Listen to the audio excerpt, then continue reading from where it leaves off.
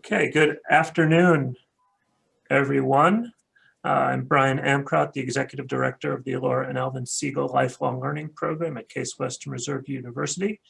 It's my pleasure to welcome you to our inaugural lecture in our series with the Posen Library of Jewish Culture and Civilization. Today's session will be a conversation with Professor Deborah Dash Moore, and she will give some introduction as well about the Posen Library. But first, a few words about Professor Moore. She is editor-in-chief of the Posen Library and is the Frederick G. L. Hutwell Professor of History and Professor of Judaic Studies at the University of Michigan. Her work focuses on American Jews in the modern era. She arrived at the University of Michigan in 2005 and served as director of the Frankel Center for Judaic Studies for a decade. During those years, she also engaged in scholarly projects focused on New York City, specifically a 3-volume award-winning history of New York Jews' City of Promises. Most recently, she has published a synthesis of those 3 volumes, Jewish New York, The Remarkable Story of a City and a People.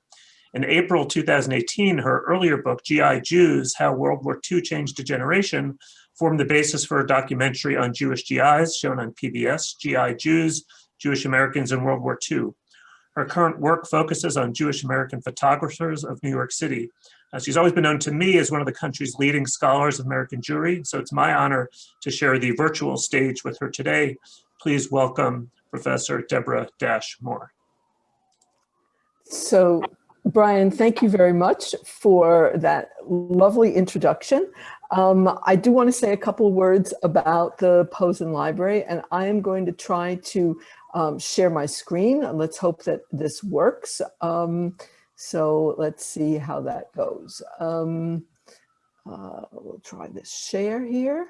Yeah, okay, so now you have an image, I hope, of the volume 10 of the Posen Library. I just want to give people a sense of what was involved in creating the Posen Library of Jewish Culture and Civilization. It would have been a relatively easy task to edit a volume if this were going to be just another collection of the greatest hits of the Jewish past. But to create an anthology that brought sacred and secular together, that understood Jewish to refer to women as well as men, that included expressions of Jewish civilization from around the globe, since Jews were and are a global diasporic people, that made accessible knowledge previously restricted to those who could read many languages. To assemble such an anthology was unprecedented, and it took not quite a village, but a spirit of willing collaboration and a sharing of expertise from scholars, translators, permissions experts, researchers who work together to make this happen. The Posen Library requires just this type of cooperative scholarship because it is no standard anthology of Jewish culture and civilization. Rather, I think it's best to think of it as an imaginative reclamation and reconstruction of complicated Jewish worlds that flourished in the past.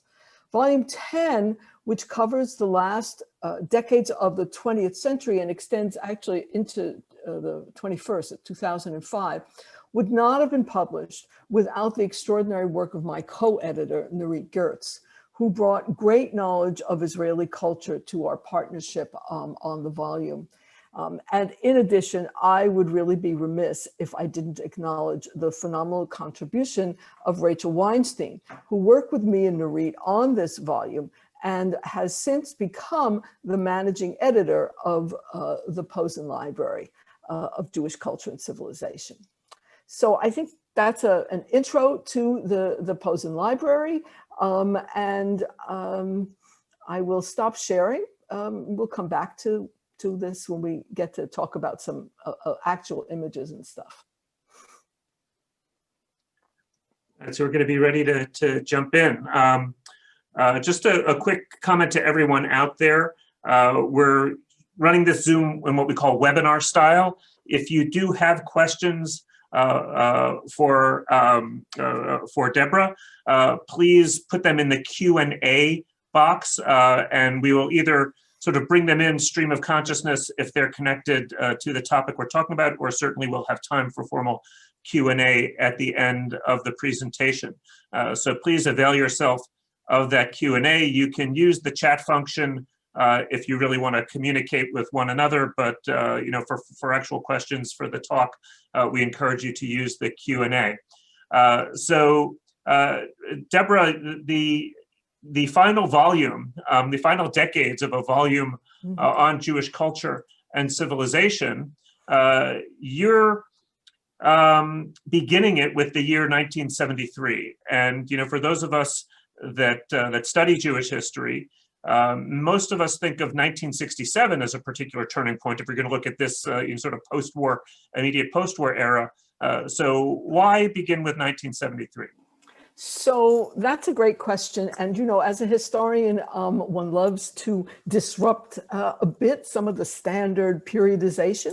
And just to sort of be obvious, but 1967 is followed by 1968, which is to say, after the Six-Day War of 67 and 68, you have the student uprisings, you have these protests against Vietnam, you have ongoing agitation for change. And that continues really until, I would say, basically the fall of 1973. Because in the fall of 1973, you have the Yom Kippur War, you have Watergate, you have on September 11th, the assassination of Salvador Allende, which really marks the end of a kind of socialist leadership in South America. And this begins something different, right? And so I think, and my co-editor Nurit Gertz agreed, that 73 marks a real turning point. And just to sort of argue a little further for that point, consider some of the literature that's published in 1973. So the first selection in this volume comes from Erica Young's Fear of Flying. Wow, this was, a very provocative book by a feminist writer. It indicates changes that are going to come. Also, poetry that comes out in 73. If you look to the poetry section, there's the American Jewish poet Samuel Menashe. We include his poem Manna, which begins, "Open your mouth to feed that flesh." And it's followed by an Israeli Jewish poet, Meir Wieseltier's Moving Lights, that begins, I'm going to just read a couple of lines. "At the close of Independence Day, 1972, a biplane rose in the Tel Aviv sky at dusk, and on its belly, moving lights flashed. For health and pleasure, eat plenty of poultry. Eat as you should with deli chicken goods." It goes on. 1973 sees young adult literature, which is a category of literature that we include as part of Jewish culture, and sort of the beginnings of a kind of Holocaust consciousness, a book by Yuri Sewell called Uncle Misha's Partisans, right, on the partisan movement. And in intellectual culture in 1973, you have Charles Liebman's very powerful and insightful analysis of a book he called The Ambivalent American Jew. Right? And we took a selection from that book called Integration and Survival, which addresses key themes in Liebman's analysis. And I'll just give you a taste of it. He writes, "Jewish parents will raise strong objections if their son informs them that he is marrying a non-Jewish girl," he writes. "But if the son adds that his girlfriend's parents also object to the marriage, the Jewish parents will either be outraged by their anti-Semitism or else fail to understand what basis they have for raising objections."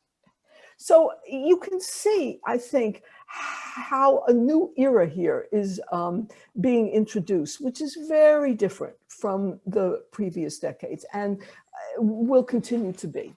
I don't know. Did I convince you?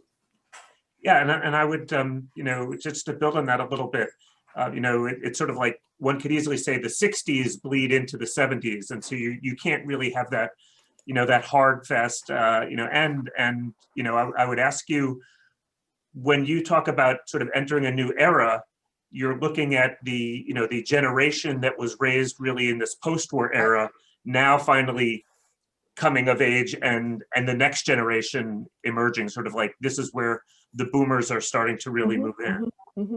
Yes, I think that's correct. So I think as a generational concept, it also makes sense to think about 1973 as that transition, because people who were born in the, right after World War II, which is usually when, the boomers are understood, are adults. They've finished their education, unless they've gone on, for a medical degree or something like that.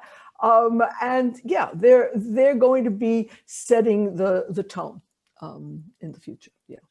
So can you talk a little bit about how this will manifest in visual culture? Sure. So I'm going to go back to sharing the screen again. Let's see if I can do that. Here we go. Yeah.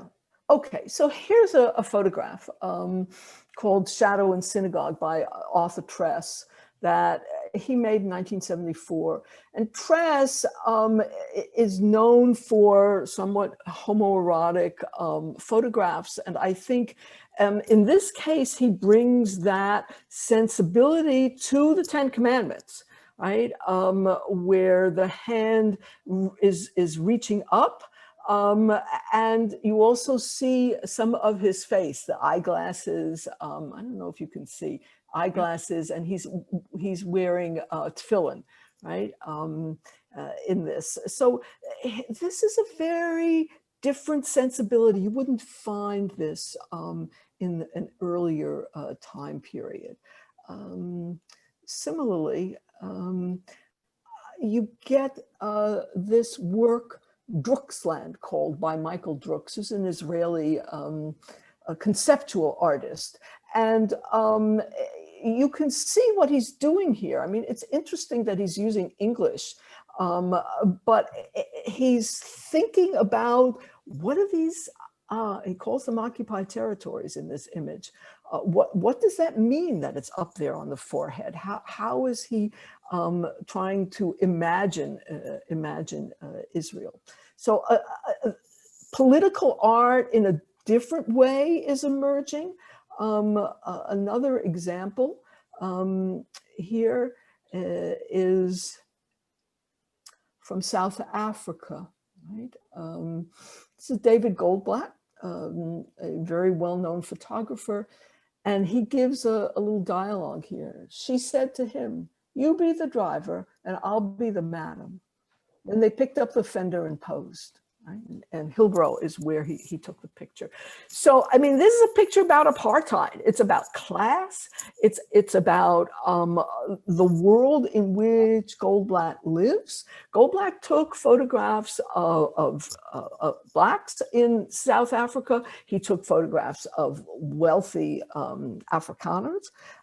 He spanned the spectrum, but he took particularly, I think, sympathetic images of Blacks here, and trying to let them, in a sense, present themselves and also comment on their situation.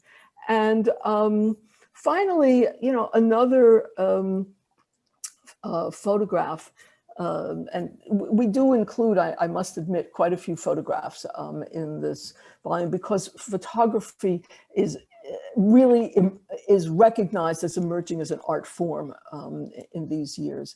And this is called The Eyes of the Nation by Michael Naumann.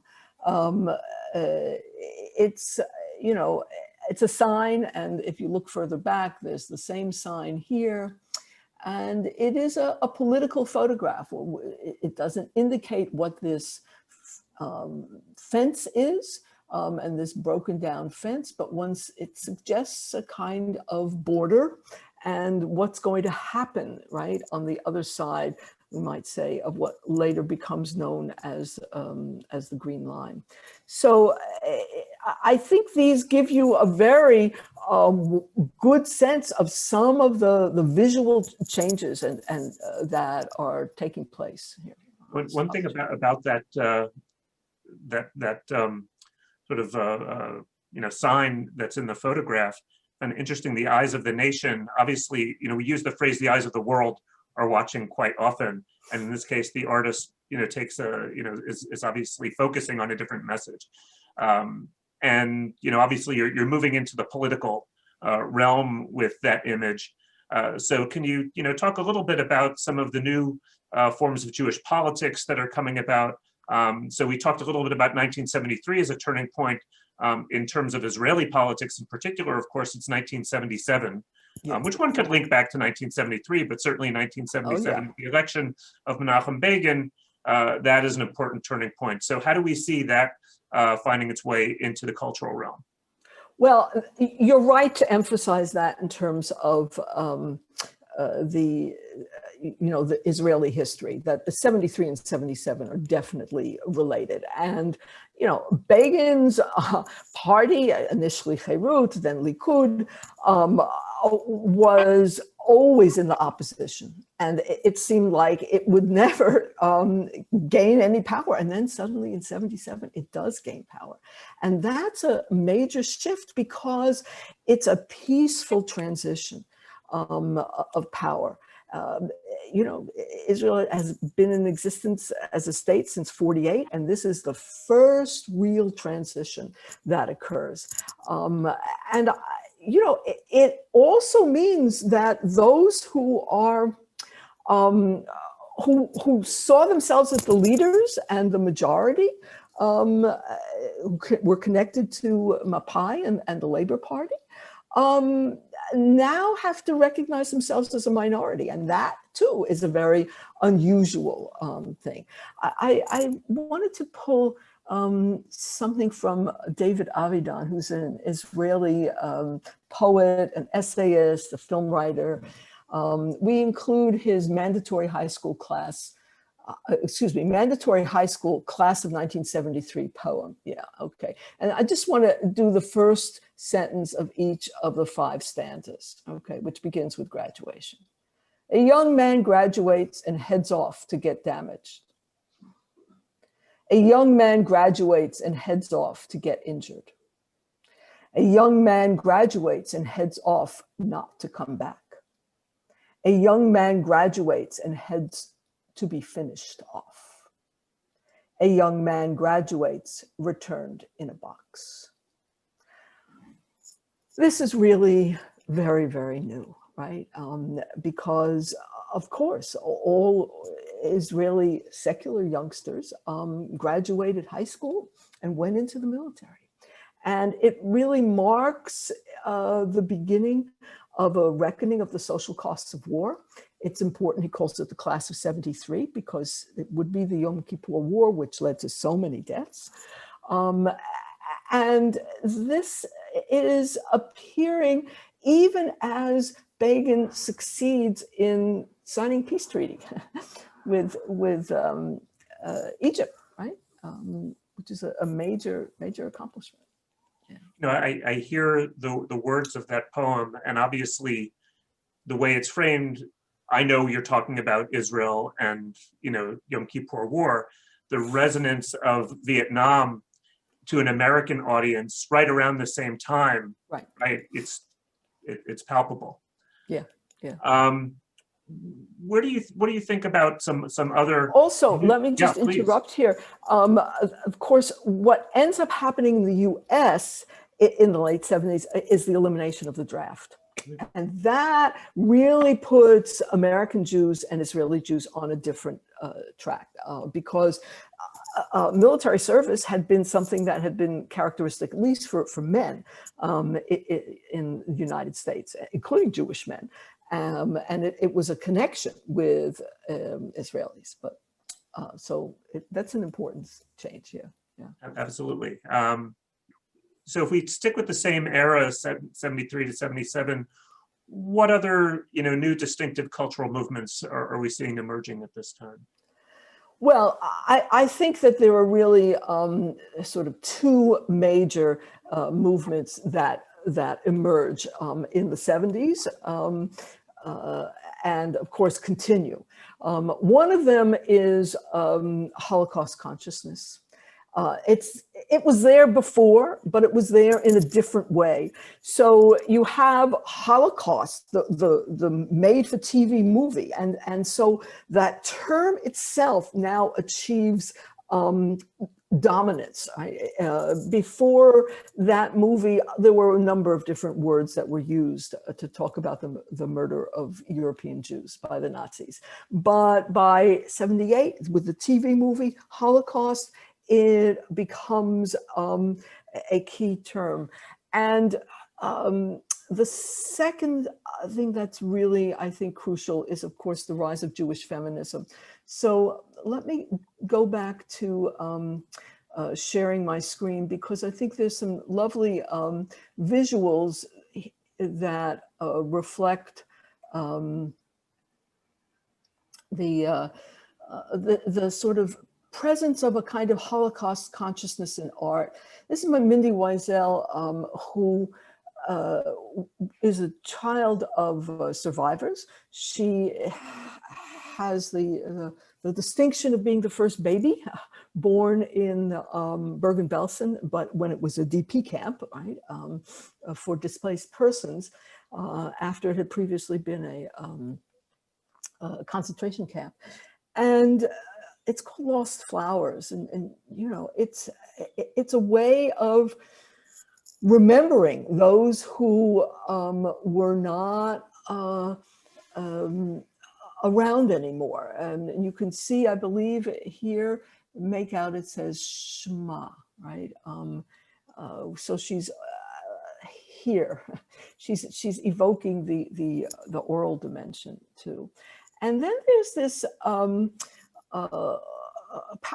very powerful installation by Alain Kirilli. And his biography is also sort of typical of what's happening in this period. He's born in Paris, but then he comes to the US, and he draws upon European and also non-Western art. And in this installation, Commandment, he made it from, it's out of forged iron. It's originally from Torah decorations, right?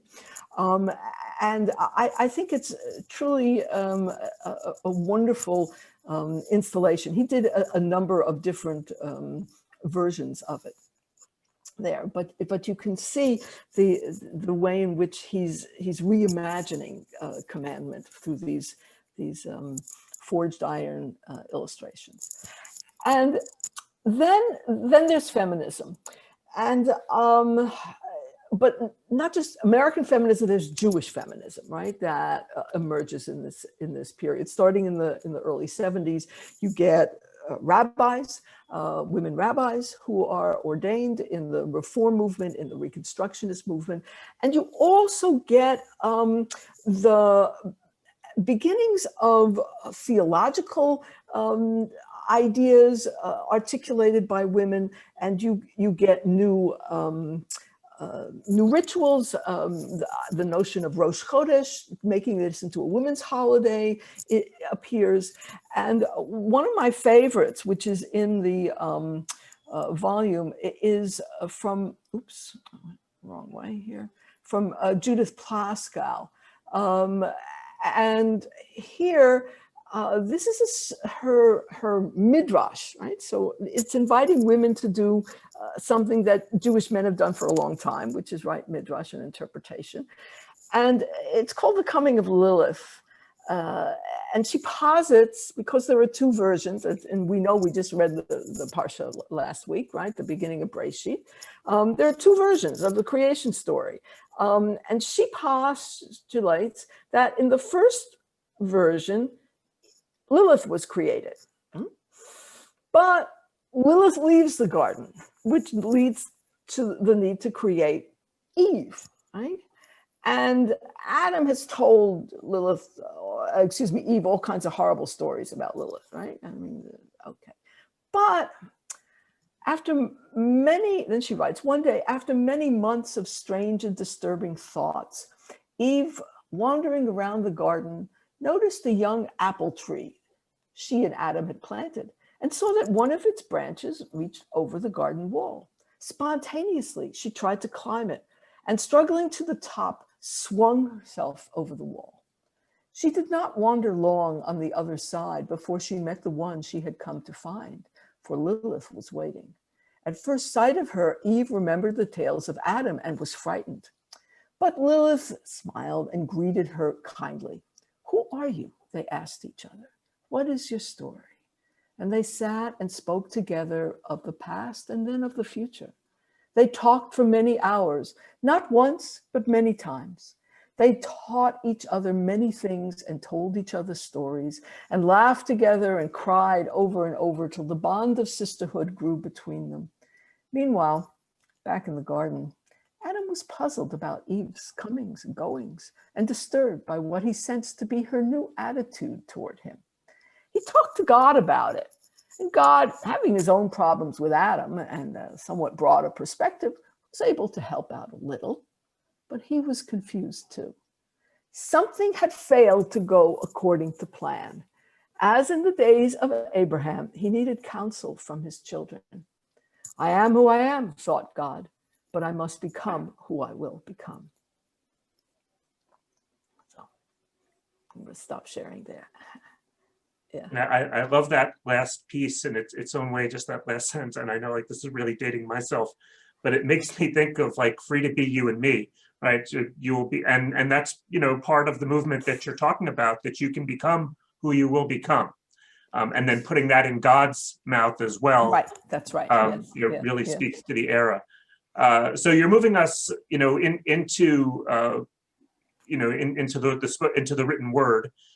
And, you know, in addition to all the visuals that you've been giving us, of course, these decades have seen some exceptional recognition of Jewish writers. Obviously, we can look at the Nobel prizes, including this year, Louise Gluck. That's right. But, you know, if we have this correctly, we're looking at two Jewish writers who won the Nobel Prize each decade from 73 to 2005. So can you talk a little bit about those prize winners and what that tells us about Jewish culture during these decades? So yeah, it's really very impressive. You had it almost right, because there's one decade when you don't have two. Nope. But just to run through those prize winners: Saul Bellow in 76 and Isaac Bashevis Singer in 78. Elias Canetti in 81, Joseph Brodsky in 87. Nadine Gordimer, 91, the only one that just won. Imre Kertész in 2002, then Harold Pinter in 2005. And of course, we have Bob Dylan and Louise Gluck, who are, you know, the most recent ones. What I'd love people to sort of think about when you think of these Jewish Nobel Prize winners, is the diversity of languages represented here, as well as countries. You know, you have English from the United States and English from South Africa and English from Great Britain, right? And then you have English via Russia and the Soviet Union. You have Yiddish, right, via Poland, but in the US. You have Hungarian, but in Germany. And then you have German via Bulgaria, England, Vienna, and back to England, which is Canetti. I think that these Nobel Prize winners let us understand the global reach of Jewish culture. And also, I should emphasize the power of translation, because their work is being translated. It's not all in English. It's reaching a large audience that way. And I mean, just, you know, all right. So I want to share, if it's okay with you, a couple of things from that are among my favorites. Okay, go back to my screen share again, and so So Nadine, oopsie, oh God, okay. Nadine Gordimer, who's a South African Jewish writer, recounts in her Nobel speech, a part of it. She says, when the 6-year-old daughter of a friend of mine overheard her father telling someone that I had been awarded the Nobel Prize, she asked whether I had received it before, right? And he replied that the prize was something you could only get once. Whereupon the small girl thought for a moment. Oh, she said, so it's like the chicken pox. Okay. And then she goes on to talk a bit about the difficulties of writing in apartheid South Africa. Right? It took the realization that the color bar, I use that old concrete image of racism, was like the gate of the law in Kafka's Parable, which was closed to the supplicant throughout his life because he didn't understand that only he could open it. It took this to make us realize that what we had to do to find the world was to enter our own fully first. We had to enter through the tragedy of our own particular place. And I think that, you know, Gordimer's citing of Kafka is one of those examples that show the continuities within Jewish culture, right? It's not just about disruption. And her reading Kafka into apartheid and the tragedy of South Africa there. So another one of my favorites, I guess, is from Imre Kertész. And this is a relatively long selection. I don't know if we're running out of time or not. I think we're doing okay. We're okay? Okay. So he's Hungarian. He spoke in German, however. And he writes about the Holocaust. Today, we are experiencing a globalization and inflation of the Holocaust. Remember, this is 2002. The Holocaust survivor who knows Auschwitz through the experience of suffering observes it all from the perspective assigned to him. He keeps silent or gives interviews to the Spielberg Foundation. He accepts the compensation payments promised him after a 50-year delay. Or if he is prominent, he makes a speech in the Swedish Academy. And he asks the question, what is he bequeathing? What is his spiritual legacy? Has he enriched human knowledge with his tale of suffering? Or has he only borne witness to the unimaginable degradation of the human being, in which there is no lesson, and which ought to be forgotten as quickly as possible? I do not see it that way. I have not changed my opinion that the Holocaust is a trauma of European civilization, and it is becoming a life and death matter, whether this trauma lives on as culture or neurosis in a constructive or destructive form in European societies. Finally, I have never tried to see the complex of problems referred to as the Holocaust merely as the unsolvable conflict between Germans and Jews. I never believed that it was the latest chapter in the history of Jewish suffering, which followed logically from their earlier trials and tribulations. I never saw it as a one-time aberration, a large-scale pogrom, a precondition for the creation of Israel. What I discovered in Auschwitz is the human condition, the endpoint of a great adventure where the European traveler arrived after his 2,000-year-old moral and cultural history. Right? So, you know, I think here you get a very powerful reflection, right, on the Holocaust from a survivor. And within the volume here, we don't have the Nobel Prize sleeves. We have a selection from Kaddish for a Child Not Born, which is one of a trilogy of novels that he writes. And this is very moving. He writes, later on, when my Jewishness gradually began to assume more importance, that is to say, when the news began to spread that that condition usually carries the death penalty, probably simply so I could grasp this incomprehensible and strange fact. That is, my being a Jew in its appropriately strange, yet at least more familiar light, then suddenly I found myself, then I suddenly found myself understanding who I was, a bald woman in a red gown in front of a mirror. This was a clear thing, even if it wasn't pleasant, and most of all, incomprehensible. Yet in the final analysis, my recognition gave definition to my unpleasant and rare, incomprehensible situation, explained, I'd almost say, where I belonged. So it's a reference to the fact that he walks in on his aunt and sees her, you know, in a red dressing gown. She's married, obviously, and has shaved her head. I'll stop my sharing here. So, quick question, Deborah. On yeah. if you think about Kertész's speech at the award ceremony, sort of even in a way the universalization, right, of the Holocaust. He's sort of giving away Jewish ownership. Not that it's his to give away, but right. And that is, I think, part of the era also. That we're moving into. For whatever critiques emerge in terms of, the Hollywoodization and other things of the Holocaust, it's also the universalization and it becoming everyone's story. And then you have this tension, between the Jewish world and the non-Jewish world around the Holocaust.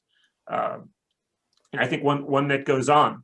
I'd like to start to really move us a little bit farther ahead chronologically, picking up on this Holocaust theme. There was a bit of a sort of an affair, a cause célèbre, for those of us who follow these things, with the Deborah Lipstadt trial in 2005, after David Irving accused her of libel for calling him a Holocaust denier. How does that whole story and then everything related to it tie into these cultural changes? Yeah, I mean, it does relate to what we're talking about, because in the 90s, she publishes a book about denial of the Holocaust, right? So universalization is one move, but denial is the other. And one of the things that's really, I think, crucial, and I'm just going to share my screen again, if I may, to get to Deborah Lipstadt. Wait, where did it go?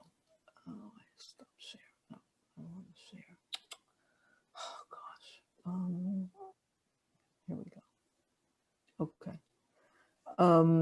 Is you get in this period as well the building of monuments, that kind of physical space that is an argument against denial, right?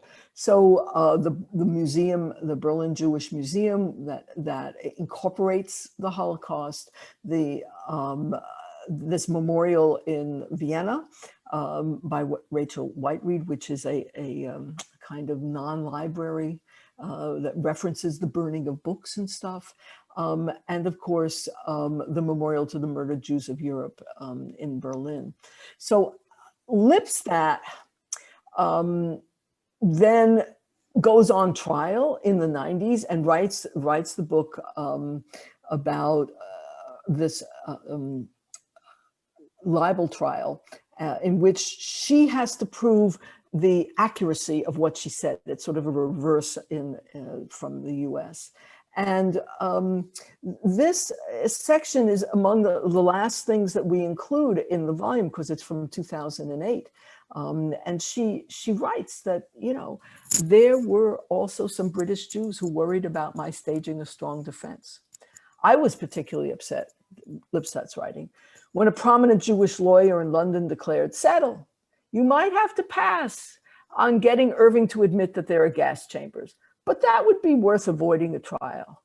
Unable to fathom signing a statement that passed on the gas chambers, I was about to ask what he thought should be my bottom line. 4 million Jews murdered? 3 million? One set of gas chambers? 2? Before I could formulate the words, Anthony, her lawyer, interceded. "We will not negotiate with an anti-Semite on historical truth." I said nothing, but felt exceptionally well represented. Anti-Semites, irrespective of their standing in the broader world, were scoundrels, and with scoundrels, one does not compromise. And, you know, Deborah Lipstadt has been, I think, you know, one of the most articulate writers about the Holocaust. She subsequently published a book on that. Her most recent book deals with anti-Semitism. She wrote about the Eichmann trial. Here, she's really getting at, you don't compromise with scoundrels on this. And the trial was crucial. She won, which was also crucial there. So I want to remind everyone, please feel free to start putting some questions in the Q&A as we're getting towards the end of the formal presentation. But you know, obviously, you know, that was 2005. We're now sort of 15 years past that. So, you know, just some reflections that you could share, some enduring dimensions of Jewish culture from the end of the 20th century into the beginning of the 21st. So one of the things that the increasing prominence of the Holocaust allowed for is the decision on the part of Jews to use it to identify other forms of genocide. And we have in the volume, for example, a call to action on Darfur, which was issued by David Harris and Ruth Messinger, that published in 2005. And a section of it reads, "Our collective memory of persecution and genocide evokes deep empathy for the victimized people of Darfur and keen recognition of our responsibility as Jews, as Americans, as people of conscience to aid them. Bitter history has taught us that indifference must never be the response to genocide." And so I think that, you know, with such a statement, you're getting into where we are today, right? I mean, this willingness to try to learn from the Holocaust and its bitter history, that indifference must never be the response, right? Just like Lipstadt said, you don't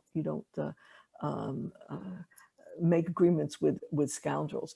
But more generally, where are we today? So we've got some, I just want to end with some visuals, some wonderful, diverse examples. This one is Tikkun Ha'olam, part of Siona Benjamin's Finding Home series. So she's someone who comes out of India, eventually makes her way to New York City, and she uses Persian motifs, she uses Indian motifs, she draws upon Byzantine iconography as well as Jewish, to create really imaginative and different forms of Jewish culture here. You also have this Joshua Glotman piece. He's an activist in Israeli-Palestinian rapprochement within Israel itself. And it's an effort to memorialize another tragedy, right? The last village, Mukhtar. And you notice he has it in two languages here. This grows out of his work as a teacher as well as an artist. So that's another strain that I think is really interesting here. Very different, and yet with elements that I think are shared. Is this The Only Corner by Miki Yaquer, who comes out of Peru. And the highlands of Peru. He now lives in Lima, but also some in New York. And here's a very different texture and feel to think about. This too is part of Jewish culture today. And finally, the last one, which is one of my favorites, Walking in Russia by Vida Simon. She's Canadian, and this is an installation piece.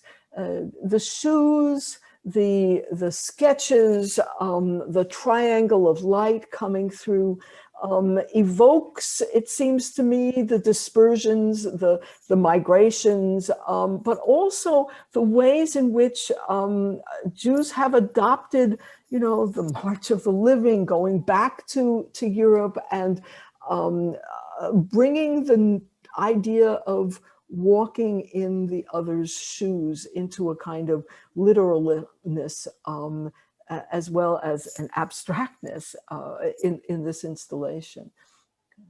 So before we start moving into the questions, and we're starting to get some good questions in from the audience, I wanted to sort of, you know, can we connect the end of this talk to where you started?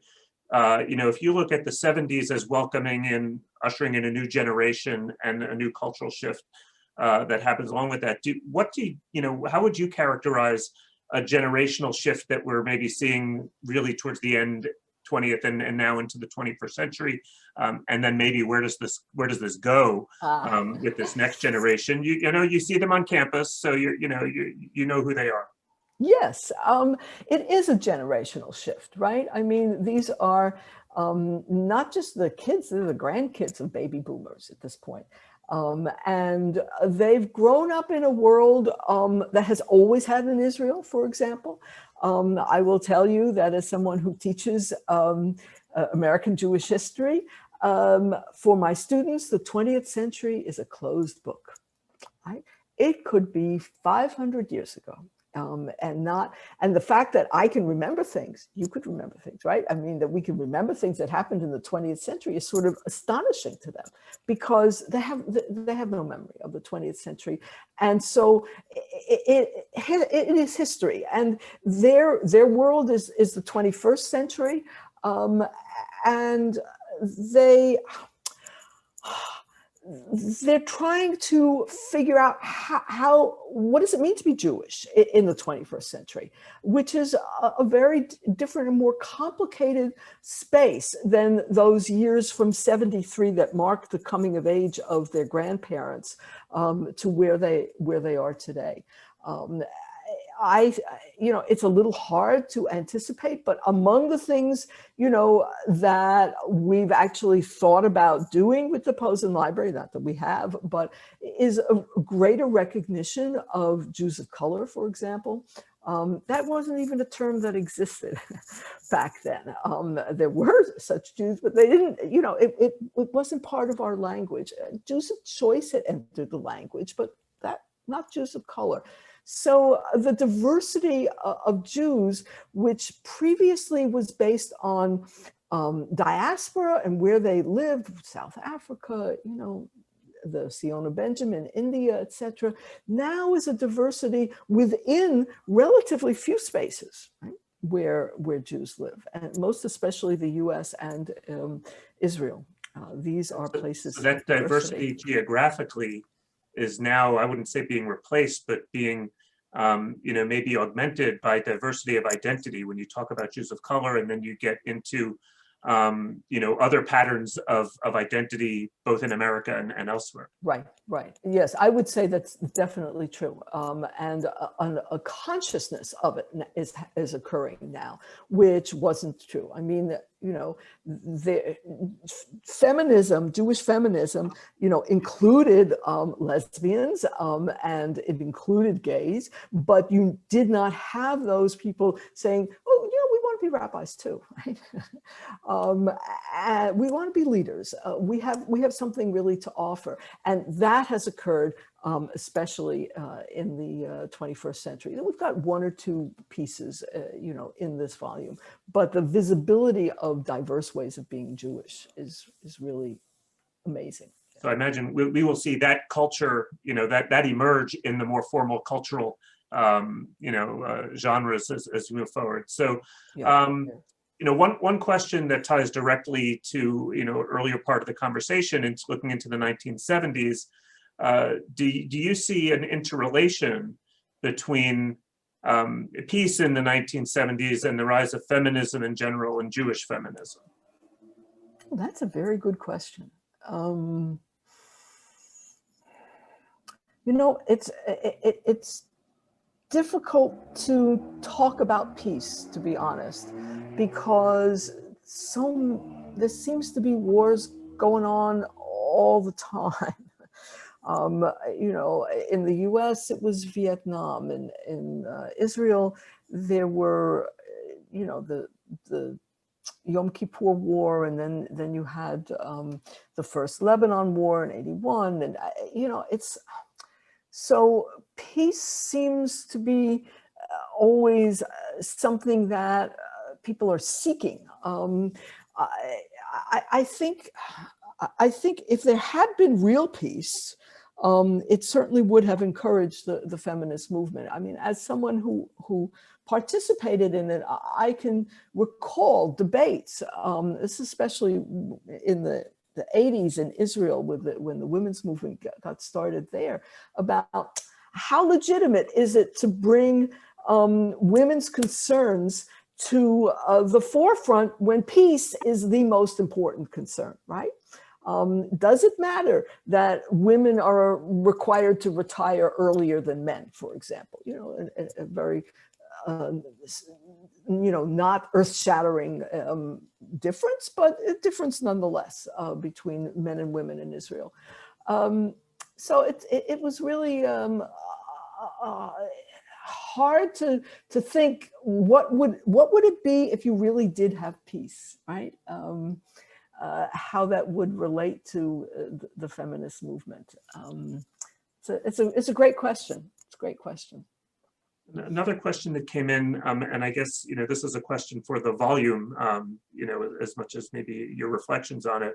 Where does the story of Soviet Jewry fit in, particularly in the era beginning in the 70s, where we know in the United States, this was a big deal, and then subsequently the movement into Israel?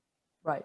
So we, of course, have a lot of excerpts from various Soviet Jewish writers in here.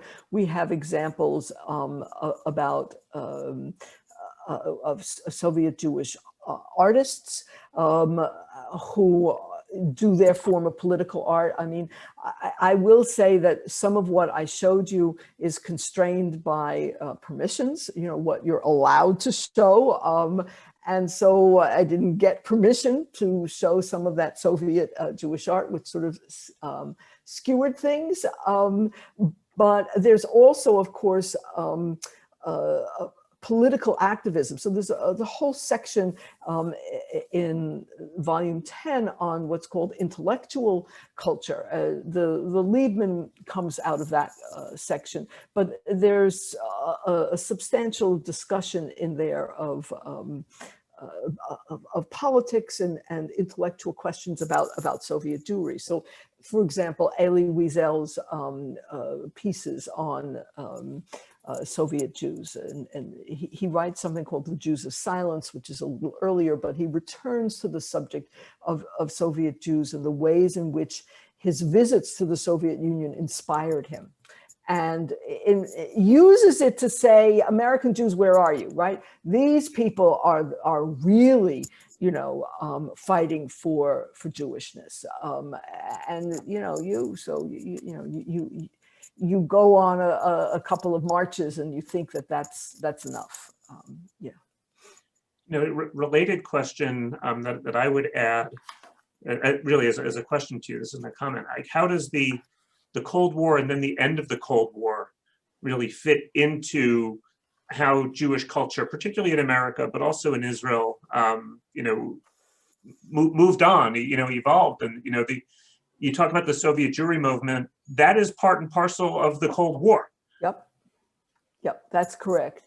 Well, I went sort of quickly through some of those memorials, but you would not have had those memorials built in Berlin, especially the Berlin ones, if you hadn't had the end of the Cold War. Right? You needed that wall to come down in '89. You needed the Soviet Union to end, and for Germany to be reunited, and thus as a not just a West Germany and an East Germany, but to actually a Germany to begin to come to grips with its own history that way. I think with the Cold War, you also, the end of it in the US led American Jews to look for another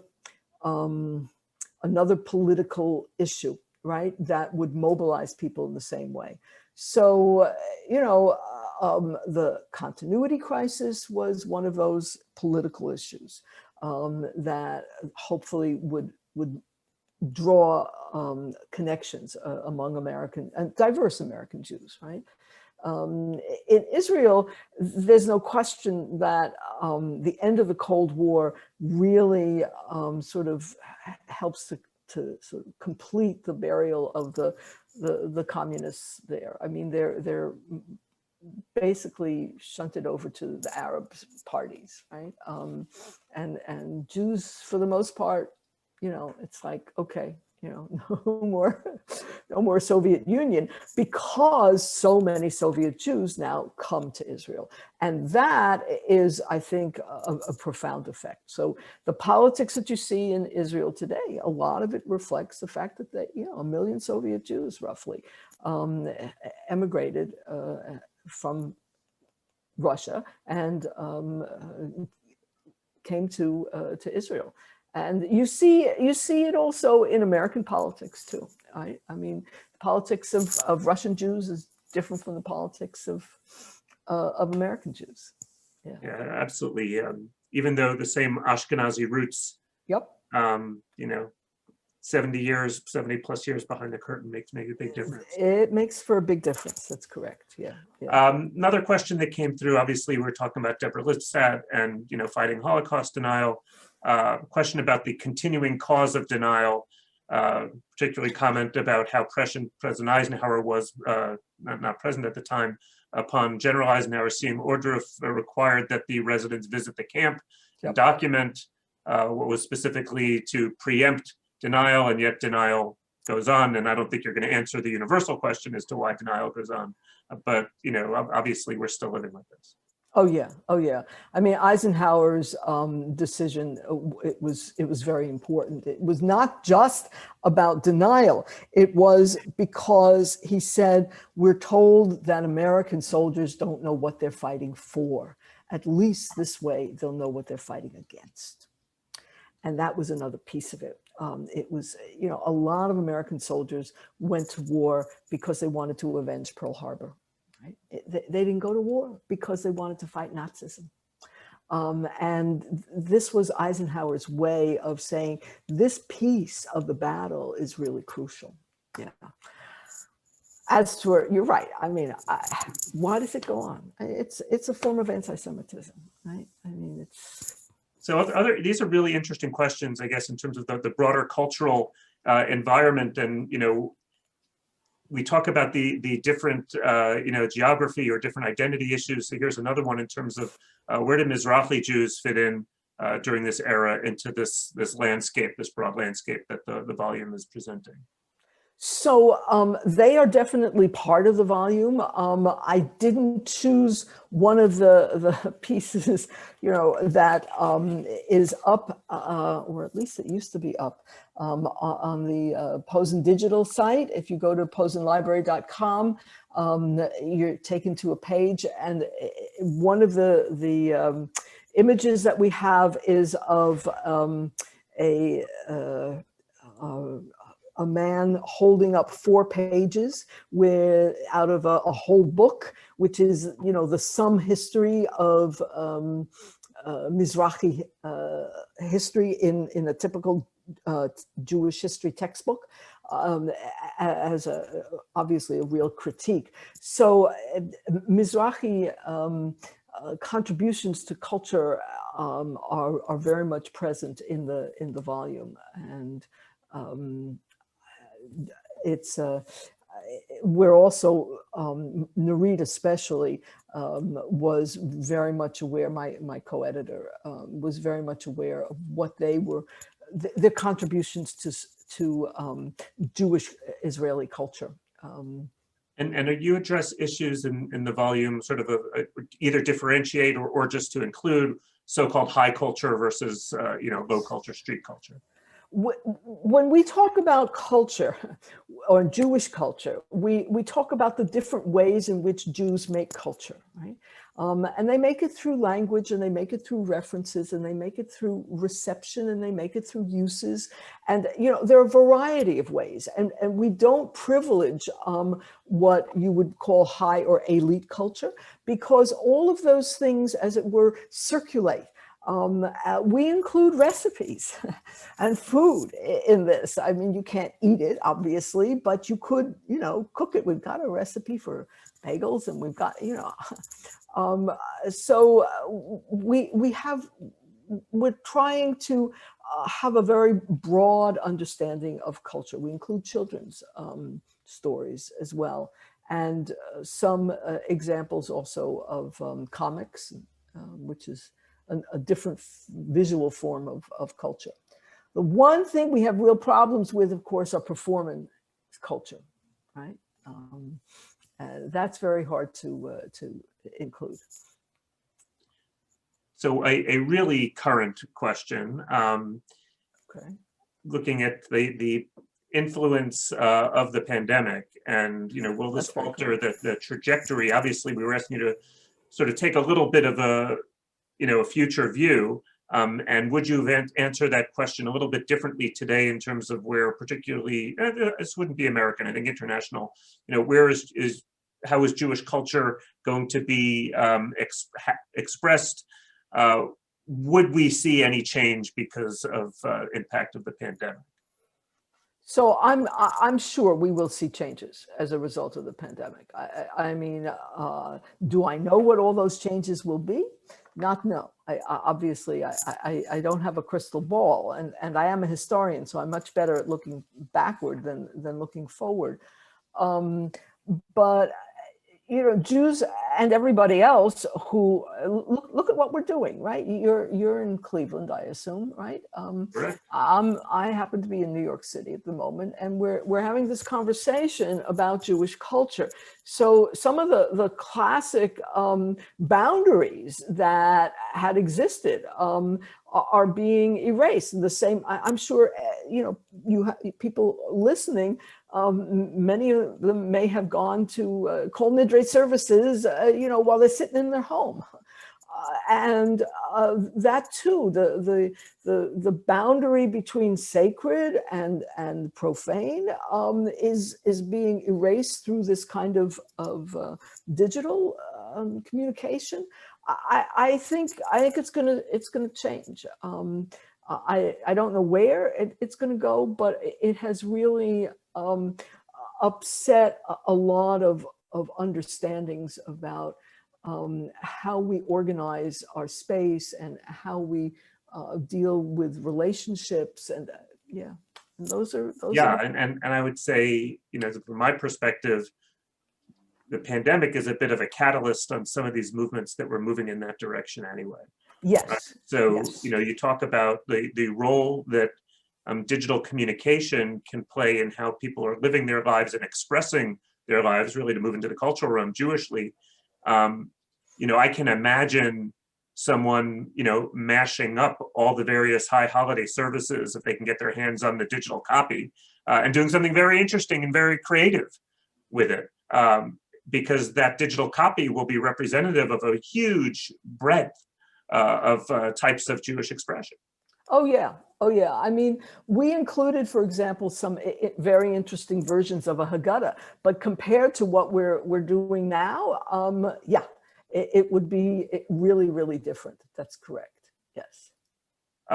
Interesting question. Last one, just we'll take a few more and then we'll wrap up. Okay.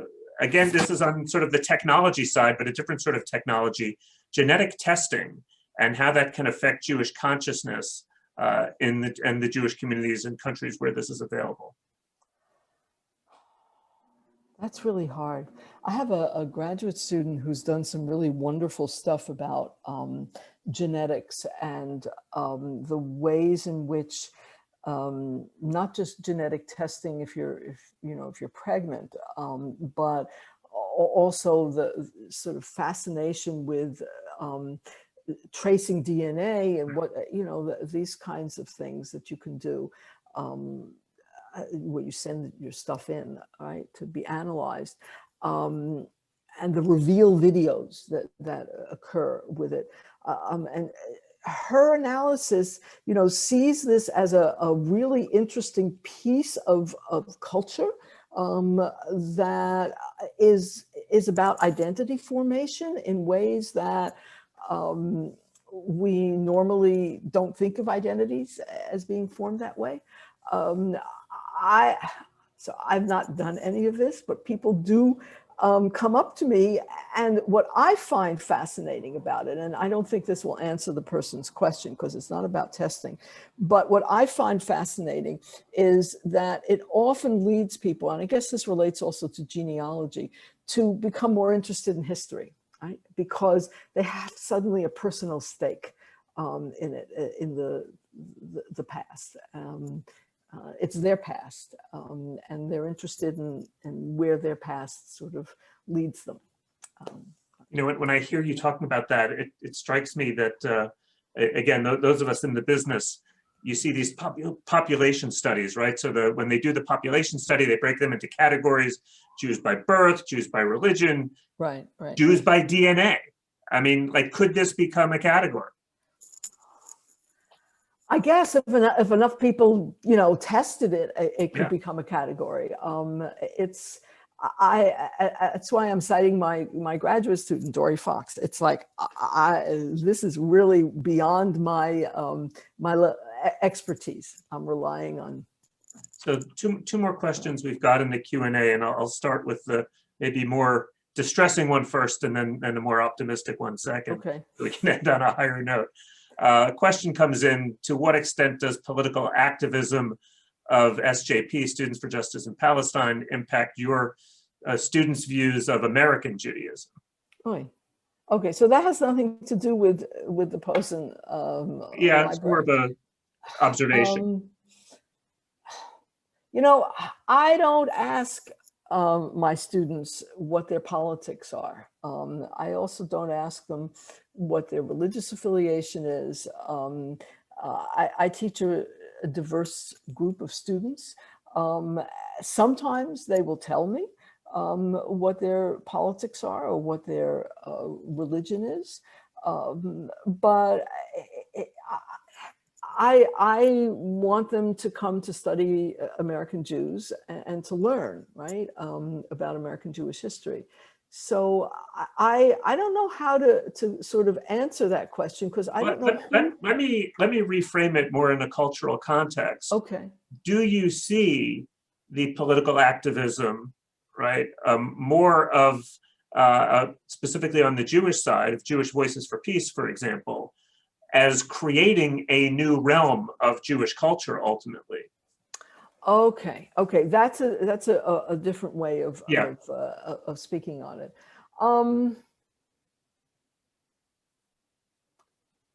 Not yet. No, okay. I don't see it. I mean, I'm thinking back. I remember the late 80s when I was teaching, and you had radical Zionist groups, which were pretty much the same thing. Very pro-peace, very okay.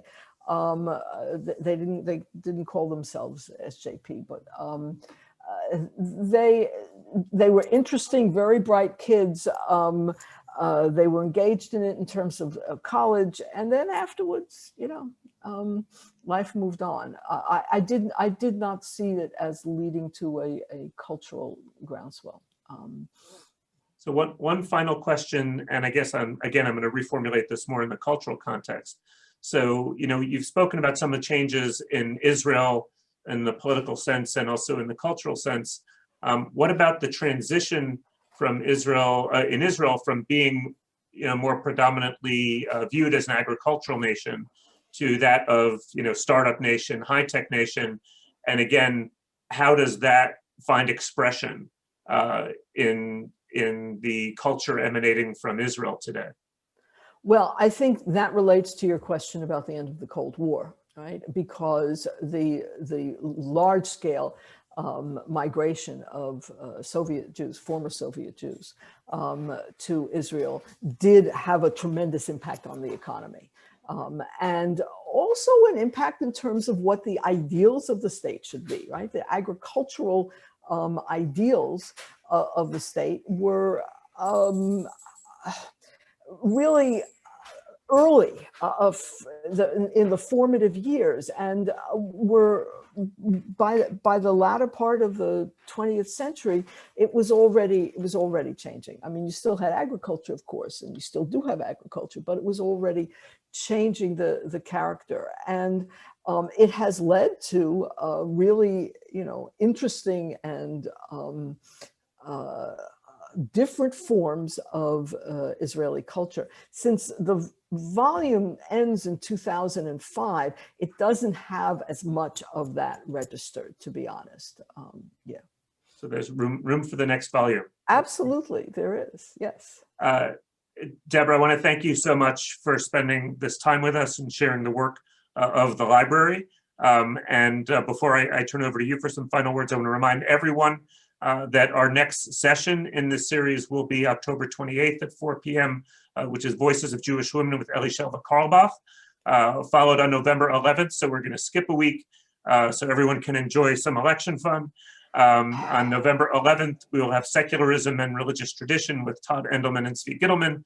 And then on November 17th, Challenges to the Establishment of Jewish State with David Roskis and Samuel Casso. We are so pleased to be partnering with the Posen Library of Jewish Culture and Civilization on this series, and just such a great way to kick it off. I'll turn it back over to you. So I just wanted to conclude both with a screen share slot to let you see where you can go to actually find some of this material. It's available on print and online. And I also thought that since we haven't had any music, and music is very much part of Jewish culture, that I would leave you with some music, a short video we did. The music is by Alicia Jo Rabins, who's a contemporary composer and performer. And it's called I'm Done Dressing Up for You. And it's about Vashti, who says, no, she's not coming anymore to these banquets. And of course, the fact that she loses her position as queen leads to Esther, the search for becoming queen, and the whole Purim story that evolves from it. So here we go. Let's hope it works.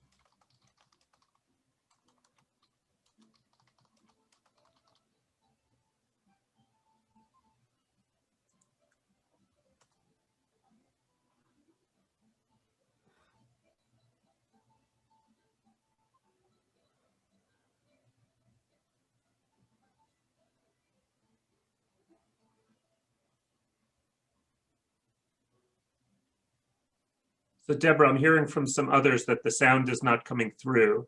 Really? Oh, why isn't it coming through? I mean, it's again, this is learning through Zoom. If you have a direct link, we can post it in the chat where people can go. I'll do that, yeah. To see it on their own. Oh, that's too bad, because I'm hearing it and I'm feeling. I've had it happen to me doing the Zoom, and yeah, okay, who knows. So thank you all very much for tuning in, and I'll have to figure out in the future how to get music to come through. That's really too bad. I wanted a little taste of music, but it may be because I'm plugged in with my headphones. I don't know. All sorts of reasons. Is there a so you have on here the digital library, and does the digital library include music? It doesn't include recorded versions of music. No, it includes lists of songs and stuff, and other kinds of music, both classical, popular, etc., liturgical, but not recordings, and because it's very difficult to get permission to put these things up. And it's free. It's free, So for those of you still with us, which is many of you, you will see in the chat there's been a link posted where you can view the video and hear the music.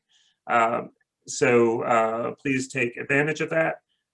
Want to thank our staff here at Siegel Lifelong Learning and at the Posen Library for supporting this presentation. And as I say, we're excited to kick off this way and looking forward to more. Great. Thank you very much. It was a lot of fun. Thanks, everyone. Have a great night. You too.